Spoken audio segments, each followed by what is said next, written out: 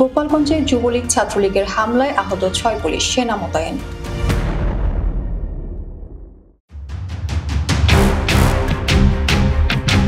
গোপালগঞ্জের টুঙ্গিপাড়ায় আওয়ামী লীগ ছাত্রলীগ সন্দেহে আটক ব্যক্তিকে ছিনিয়ে নিতে পুলিশের ওপর হামলার ঘটনায় নিরাপত্তা দিতে সাজোয়া যান নিয়ে সারারাত টুঙ্গিপাড়া থানা ঘিরে রেখেছে সেনাবাহিনী।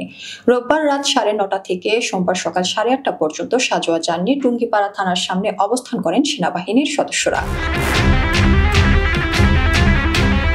রোববার সন্ধ্যা 7টার দিকে উপজেলা খান সাহেব শেখ মোশাররফ হোসেন স্কুল অ্যান্ড কলেজের সামনে এক ব্যক্তিকে আটকের জেরে এই ঘটনা ঘটে।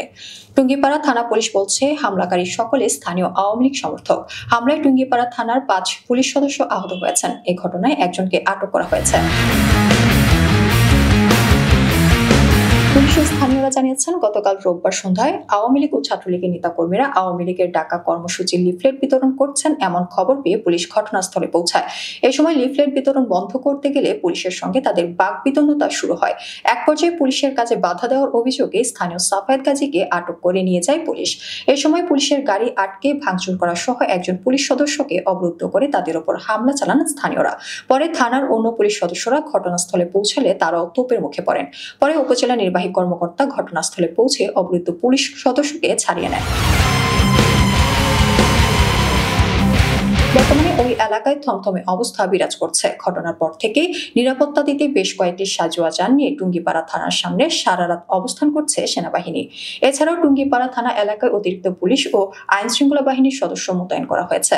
টুঙ্গিপাড়া থানার ভারপ্রাপ্ত কর্মকর্তা খোরশেদ আলম বলেন, আমাদের থানা সহ সকল পুলিশ সদস্যদের নিরাপত্তাজনিত কারণে সাজোয়া যান নিয়ে সেনাবাহিনীর সদস্যরা থানার চারপাশে অবস্থান করছে। হামলায় 5 জন পুলিশ সদস্য আহত হয়েছেন। দোষীদের বিরুদ্ধে আইনানুগ প্রক্রিয়া চলমান রয়েছে। এদিকে পাবনায় জয় বাংলা স্লোগান দিয়ে আওয়ামী লীগ নেতাকে পুলিশের গাড়ি থেকে ছিনিয়ে নিয়েছে কর্মীরা। এ সময় পুলিশের 5 সদস্য আহত হয়েছে। রোববার বিকেলে সুজানগর উপজেলার মথুরাপুর গ্রামে এই ঘটনা ঘটে। ছিনিয়ে নেওয়া ওই নেতা হলেন আব্দুল ওহাব, মথুরাপুর এলাকার মৃত জাহেদ আলী শেখের ছেলে। তিনি সুজানগর উপজেলা আওয়ামী লীগের সভাপতি, সাবেক উপজেলা চেয়ারম্যান ও সাবেক পৌর মেয়র ছিলেন। তিনি বৈষম্য বিরোধী ছাত্র আন্দোলনে হামলার মামলার এজাহারভুক্ত আসামি। পুলিশ জানায়, বিকেলে আব্দুল ওয়াহাবের বাড়ি সংলগ্ন মথুরাপুর মসজিদে নামাজ শেষে বের হলে সুজানগর থানা পুলিশের একটি দল তাকে গ্রেফতার করে গাড়িতে উঠায়। এ সময় গাড়িটি ঘিরে ধরেন বেশ কয়েকজন লোকজন। তারা পুলিশকে আব্দুল ওয়াহাবকে ছেড়ে দিতে বলেন, কিন্তু তাতে পুলিশ রাজি না হলে লোকজন জড়ো হয়ে জয় বাংলা স্লোগান দিয়ে তাকে গাড়ি থেকে জোর করে ছিনিয়ে নেয়। পাবনা পুলিশ সুপার মোর্তেজা আলী খান জানান, গোপন সংবাদের ভিত্তিতে অভিযান চালিয়ে তাকে গ্রেফতার করে। গ্রেফতারের পর লোকজন তাকে পুলিশের গাড়ি থেকে ছিনিয়ে নিয়েছে। পুলিশের কাজে বাধা দেয় এবং একজন অপরাধীকে ছিনিয়ে নেওয়ার ঘটনার সাথে যারা জড়িত তাদের চিহ্নিত করে আইনের আওতায় আনা হবে। তিনি আরো বলেন, তাকে পুনরায় ধরতে আমাদের অভিযান অব্যাহত রয়েছে। খুব শিগগিরই তাকে গ্রেফতার করা হবে।